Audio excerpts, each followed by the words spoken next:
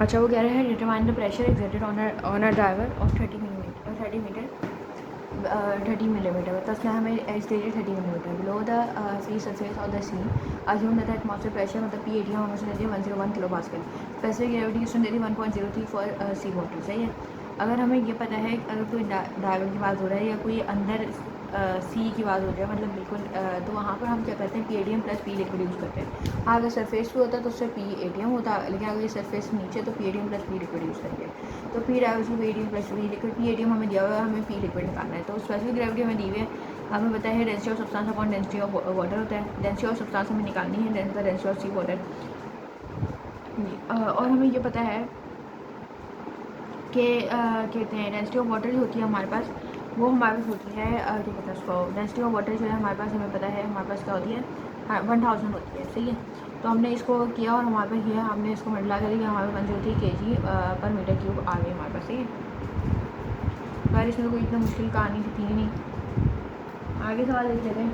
तो आगे हमें वो अभी अच्छा हाँ, फिर इसके बाद हमारे पास ये डेंसिटी आ गया। हमें पता है इसको अगर हम खोलें तो रोजिया जो होता है तो डेंसिटी मतलब 9.8 और हमने 30 किया और ना इसको पहले हमने उसमें चेंज कर दिया, किसमें क्या कहते हैं उसको मतलब कि हमने इसको पास्कल में चेंज कर दिया। पास्कल में चेंज करके मैं क्या करूँगी, मैंने इसको पास्कल में चेंज करने के लिए मैं क्या करूँगी, हम लोग पास्कल में चेंज करने के लिए हम इसको क्या करेंगे कितने मतलब टैंक की बात नहीं करेंगे ताकि पास्कल में हो जाए हमारा चेंज। सही है। जब ये पास्कल में हो जाएगा चेंज उसके बाद हमें क्या करना है, हाँ उसके बाद हम सिंपल इसको करवा के सॉल्व कर लेंगे। एंड में भी अगर हम ये एंजल वाले लिखने के बाद तैयार है तो उसके बाद हमने किलो पास्कल की जगह लिख दिया। सही, ये हमारे पास क्वेश्चन हो गया कंप्लीट। फिर अगले वाले सवाल पर जा रहे हैं। अगले सवाल में हमें क्या कह रहे हैं,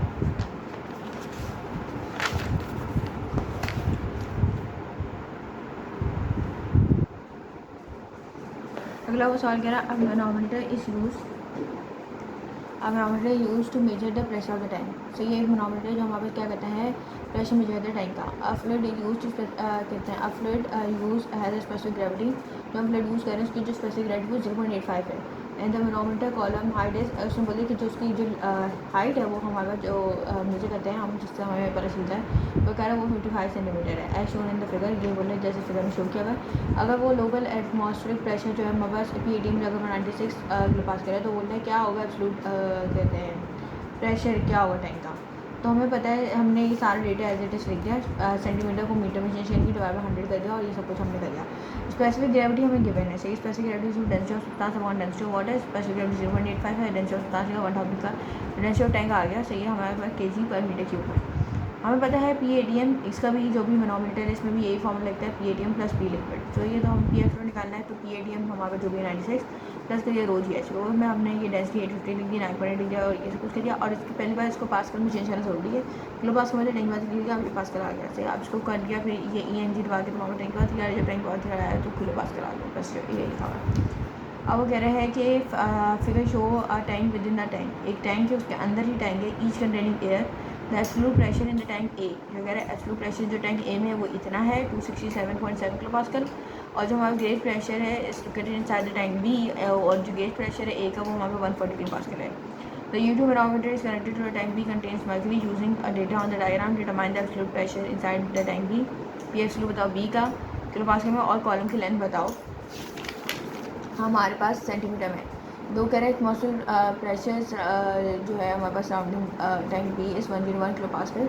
the acceleration of gravity is 9.8 metre per second. तो ये हमारे पास दे दिया। ठीक है। अब हमें क्या करना है, ये हमारे कहते हैं वो दे दिया कहते हैं उसको, यहाँ टैंक ए और ये हमारे पास क्या कहते हैं उसका गेज प्रेशर है। सही। तो हमें पता है कि क्या कहते हैं उसको एब्सोल्यूट प्रेशर टैंक ए का और ये हमारा गेज प्रेशर है। अगर हम इसको अगर हमें पी एब्सोल्यूट निकालना है तो हमें अब हम देखना है हमें क्या होता है इसको माइनस करना है प्लस करना है। अगर हम देखें तो ये पहले ज़्यादा था और उसके बाद फिर कम हो गया तो उसके बाद ये वैक्यूम की तरफ आया। तो हम पी एब्सोल्यूट निकालेंगे इससे इसको माइनस करेंगे तो हमारा पी एब्सोल्यूट आ जाएगा बी का। तो पी एब्सोल्यूट आगे इसको हमारे पास हमने इसको पास्कल में ही रखना है। तो मतलब टैंक के बाद 3 करेंगे, इसको भी टैंक के बाद 3 करेंगे। मतलब हमें पास्कल में चाहिए ना कि किलो पास्कल में, तो वो हम आराम से कर लेंगे। या तो इसको भी टैंक के बाद 3 करके कर लो और ये फिर बस खत्म हो जाएगा। या तो ये यहाँ पर किलो का डायरेक्ट नंबर 3 लिख दो, इस तरह 12770 तो ये हमारे हो जाएगा। अब हमारे पास क्या है, हमारे पास पी एब्सोल्यूट तो आ गया। सही है। और हमें निकालना है क्या कहते हैं, हमें और क्या निकालना था, हमें हाइट निकाली थी। तो ये जो लेंथ है ये हमें निकाली थी, वो भी सेंटीमीटर में। अच्छा, अब इसने दे दिया डेंसिटी ऑफ मर्क्यूरी, इसने हमको दे दी 13.59 ग्राम पर सेंटीमीटर क्यूब। ग्राम पर सेंटीमीटर क्यूब में तो हमें नहीं चाहिए, तो हमें उसके लिए पहले चेंजेस करने पड़ेंगे। ग्राम ग्राम अगर हमें किलोग्राम में करना है तो 1/, डिवाइड 1000 करते हैं, तो मैं डिवाइड 1000 कर दिया। मीटर से अगर हमें सेंटीमीटर क्यूब से अगर हमें मीटर में जाना है तो डिवाइड बाय हम लोग 100 करते हैं। तो यहाँ पर ही रहा, अब ये 1/100 कर दिया। मैंने नीचे की तरफ लिखा है तो 1/100 का क्यूब डाल दिया। क्यूब डाले कहाँ से गलत आएगा, उसको सिंपल सॉल्व करें, 3590 kg पर मीटर क्यूब आ गया। हमें ये पता है कि प्रेशर जो होता है वो पास्कल होता है। पास्कल मतलब न्यूटन मीटर स्क्वायर। मैंने इसको मैं पास्कल में ही क्यों कर रही हूँ, किलो पास्कल में ले सकती हूँ, लेकिन मैं क्यों कर रही हूँ मैं बता रही हूँ। पास्कल होता है न्यूटन मीटर स्क्वायर। अगर हम इसकी बात करें एक्चुअली एम ए होता है, मतलब कि KG metre per second square होता है। सही, ये हमें पता है ना, एक्चुअली एम ए होता है, और इसको हम देखें तो KG metre per second square होता है। तो यहाँ से मैंने बोल दिया और यहाँ पर मैंने लिख दिया मीटर स्क्वायर।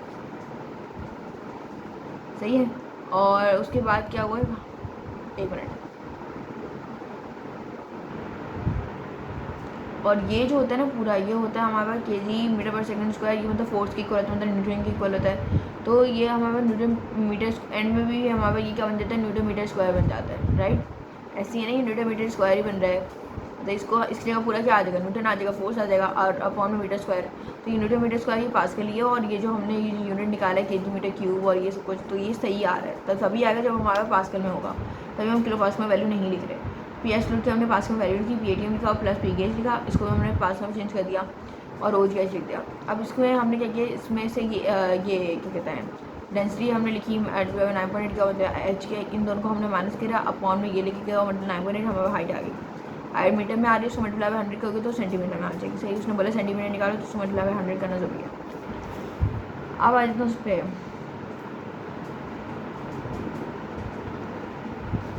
अच्छा, अब कह रहे basic parameter can be use to measure, कहते हैं हाइट ऑफ अ बिल्डिंग। हमारा जो पैरामीटर वो हमारा हाइट ऑफ बिल्डिंग मेजर करता है। In the parametric reading at the top and the bottom of the building are 730 and 75. Determine the height of the building, take density of the air and mercury density of air, ये mercury की density है। बस 1 minute यार ऐसा मैं याद नहीं करवा रही।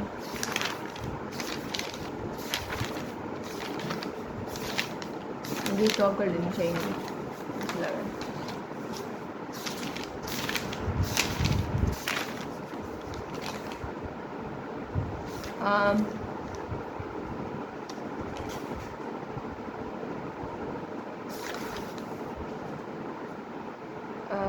कहाँ गया, आउच।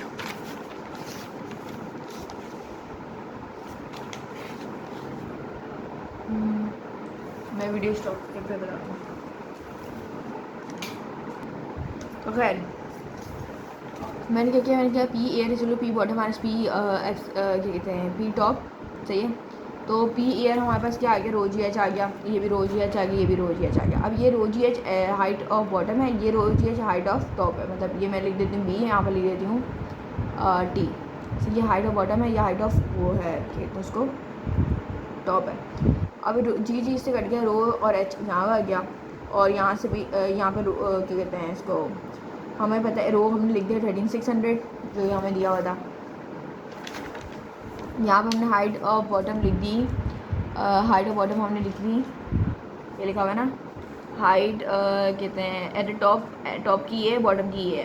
तो बॉटम की 730 है, तो mm में एच जी है, तो उसको हमने क्या कहते हैं मिलीमीटर एच जी है ना, तो उसको हमें मीटर एच जी में करना पड़ेगा डिवाइड 1000 करके। तो हमारा 0.755 आ गया, और यहाँ पे 0.73 आ गया। मतलब ये हमारे शुरू वाली टॉप की है, दूसरी वाली बॉटम की है।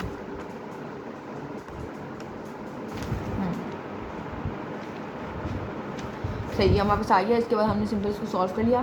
कैसे एच हमने इसको यहाँ पे एच डी रखा, ये यहाँ पे डिवाइड हो गया, एच की हमारे पे वैल्यू आ जाएगी मीटर में। सिंपल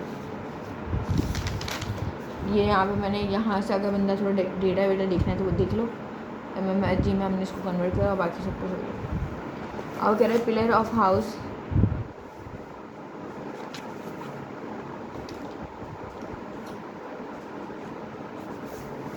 वो कह रहे पिलर ऑफ हाउस बिल्डिंग्स कहते हैं building supports on a concrete floor which withstand kilo pascal pressure, उसने प्रेशर दे दिया हमें 5 kilo pascal as per building weight distributed on the pillar of 110, उसने हमें मास दे दिया 110। रिमाइंड द मिनिमम इम्प्लीट एरिया, मतलब एरिया बोल रहा है, प्रेशर जो फोर्स अपॉन एरिया होता है, एरिया निकालना तो फोर्स अपॉन प्रेशर हो जाएगा। अब हम फोर्स की जगह हम डब्ल्यू भी लिख सकते हैं और डब्ल्यू की जगह हम एम जी भी लिख सकते हैं, तो हमने ये पूरा लिख दिया। अब 1 टन जो होता है वो इक्वल होता है 1000 kg का, हम kg अब हम ऐसा ही यूनिवर्सल लिखते हैं, तो 1 मीटर 1000 कर लिया मैंने। अगर 5 टन लिखते हो तो 5 मीटर 1000 कर लेते हैं, तो 1 टन के बाद 100,000 कर लिया। यहाँ पर हमने 9.8 लिख दिया, अपॉन में प्रेशर 5 और ये हमारे पे किलो पास्कल में दिया, तो इसको हमने पास्कल में कन्वर्ट करके 1000 कर दिया। ये 10 के बाद 3 कर दो, तो यहाँ हमारे पास सिंपल एरिया आ जाएगा मीटर स्क्वायर में। अब कह रहे हैं रिजिड टैंक, एक रिजिड टैंक जो वहाँ पर कंटेन करते हैं hot fluid that is cooled while being stirred by paddle wheel. Initially the internal energy of the fluid is, कह रहे हैं इनिशियली जो इंटरनल एनर्जी वो 800 किलो जूल है। During the cooling process the fluid loses 500 kilo joule of heat, मतलब उसने Q minus जो है मतलब लूज़ किया है वो 500 किलो जूल है। And the paddle wheel does the work on the system, जो बोल रहा है ऑन द फ्लूइड बोल रहा है, वो कह रहे हैं कि हमारे पास जो पैडल व्हील ने काम किया वो 100 किलो जूल है। कह रहे हैं फाइनल इंटरनल एनर्जी तुम लोग बताओ कि क्या होगी और निगलेक्ट कर दो, मतलब ये थोड़ा आसान सवाल है और रिजिड टैंक बोला होता है। Energy store in the paddle, सही है। अब हमें पता है कि डेल्टा ई और delta Q net minus W net होता है, सही है। अब ये क्या करना है, हमें U1 पता है, Q पता है और W पता है। अब डेल्टा क्यू नेट और डब्ल्यू नेट होता है, यहाँ पर हमने U2 माइनस U1 कर दिया। पोटेंशियल एनर्जी और kinetic energy zero, energy store in the paddle wheel, उसको बोल दिया ना कि उसको हमने निगलेक्ट करना है, तो U2 minus U1 Q net minus W net. Q net की जगह हमने डाल दिया -500 क्योंकि लूज़ हो रहा था, माइनस का साइन नजर था, और यहाँ पर हमने -100 डाल दिया इस वजह से क्योंकि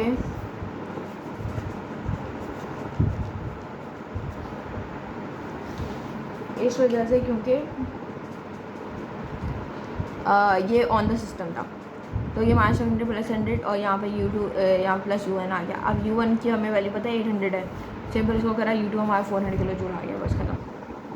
अब कह रहा है अब distance device initially contain 0.4 metre cube.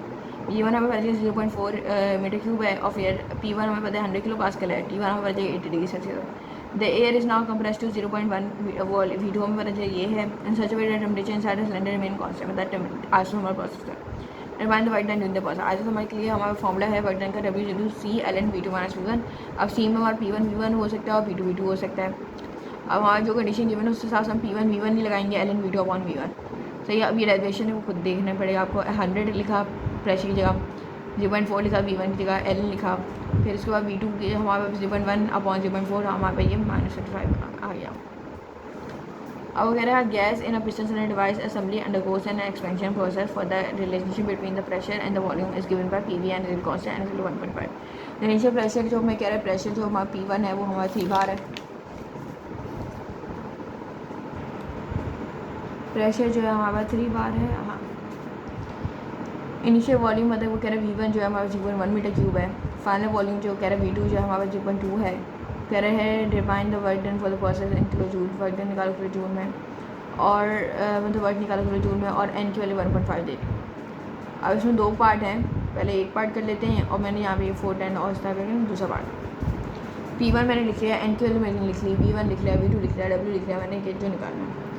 अब पोलिट्रोपिक प्रोसेस के लिए हमारे पास फॉर्मूला है W/P2 V2 - P1 V1 upon -n+1। Derivation मैं नहीं करवा दूँ। अब मसला ये P1 तो गिवन है, P2 नहीं गिवन, सही है। और एक बार याद रखना कि जब तुम प्रेशर किलो पास में लोगे तुम्हारा वर्क जो है वो किलो जूल में आएगा, सही। तो अब हमें जो एंड में हमारे पास जो ये अब दूसरा पार्ट देखें, हम वैसे ही देख लेते हैं, तो हमारे पास किलो जूल में लिखा हो, तो हमें वर्क हमारे लिए अच्छा होगा अगर हम किलो जूल में निकालें, क्योंकि एंड में वो आगे वाले पार्ट में किलो जूल में ही काम मांग रहा है। तो खैर हमें पता है कि P1 हमें दिया हुआ, P2 हमें नहीं गिवन है। हमें अगर P2 V2 है तो P2 नहीं है हमारे पास, हमें ये पता है P1 V1 n = C होता है, P2 V2 n = C होता है। अगर हम दोनों को कंपेयर कर लें P1 V1 n = P2 V2 n, तो हमें P2 निकल जाएगा, P1 V1 n upon V2 निकल जाएगा, P2 अगर निकालना है तो। अब जो हमारे पास 3 बार होता है, हमें सब कुछ किलो, अगर हम प्रेशर किलो पास लेंगे तो ये हमारे पास एंड में किलो जूल में आंसर आएगा। यही रीज़न है कि हमें पता है पास, अगर हमें 3 बार को अगर पास करना हो तो 300 टाइम के बाद 5 पास्कल होता है। मतलब अगर सिंपल अगर मैं ये बोलूँ कि जो 3 बार को अगर किलो पास्कल में करना है तो 300 किलो पास्कल होगा, अगर 4 बार को अगर किलो पास्कल में करना है तो 400 किलो पास्कल होगा, सही। मैंने तो ये और भी कन्वर्जन मैंने की भी कि बाकी ये सही, तो किलो पास्कल में करना है तो जो भी है, अगर 5 है तो 500 किलो पास्कल, 4 है तो 400 किलो पास्कल, 300 है 3 है तो 300 kilo pascal. 300 degree of multiply V1 करें 0.1 अपॉन उसके पावर में 1.5 अपॉन 0.2 1.5 करके P2 हमारे पास किलो पास्कल में निकल गया। W0 P2 की वैल्यू डाली, V2 की वैल्यू डाली, माइनस P1 की वैल्यू डाली, P1 की value upon minus n+1 W आ गया, खत्म कहानी। यहाँ एज इट इज़ आगे वो क्या कह रहे हैं, वो कह रहे हैं 410 किलोग्राम ऑफ सर्टेन गैस। अब ये और भी सवाल है लेकिन उसमें कोई और बात नहीं की थी तो मैंने सिर्फ वही लिखा है जो काम की चीज़ थी। मतलब उसने मास दे दिया 410 किलोग्राम, मतलब 4/10 kg में दे दिया। The change in specific internal energy, specific मतलब कि स्मॉल u माइनस u1 लिखा हुआ है, चेंज मतलब चेंज हो रहा है, फाइनल माइनस 55 किलो जूल पर kg दे दिया। अब वो कह रहे हैं इसमें कोई चेंज नहीं है काइनेटिक और पोटेंशियल, और हमें जो हीट ट्रांसफर तुम निकालो किलो जूल में निकाल के दिखाओ हमको। पता है डेल्टा ई से Q net minus W net होता है, क्या डेल्टा ई की जगह U2 माइनस U1 आ गया। अब हमें पता है कैपिटल यू जो स्मॉल यू जो होता है कैपिटल यू अपॉन एम के होता है, कैपिटल यू की बात करें तो यू मतलब एम हो जाएगा, तो एम यहाँ से M U2 minus M U1 और Q net minus W net as it is. अब एम कॉमन लिया U2 माइनस U1 लिख दिया क्यू नेट, और यहाँ पर हमारे पास ये माइनसन फॉर्मूले गए, यहाँ पर वर्क की जो पॉजिटिव वैल्यू आई थी वो लिख दिया हमको। अब 4/10 लिख दिया, यहाँ पर हमारे पास U2 माइनस U1 आ चाहिए, मैंने आगे पढ़ा ही नहीं है सवाल, अच्छा पढ़ा था ये हमारा माइनस 55 दिया हुआ, माइनस 55 दिया प्लस या अब ये उधर जा नेगेटिव में उधर जाकर पॉजिटिव में हो जाएगा, क्यू नेट पूरा निकाला ही हमारा ये आंसर आ गया माइनस 4.4 किलो जूल। सही, अगर हमने प्रेशर उसमें लिया किलो पास में तो वर्क भी किलो जूल में आया, वर्क किलो जूल में आया तो उसके फिर वर्क किलो जूल में पुट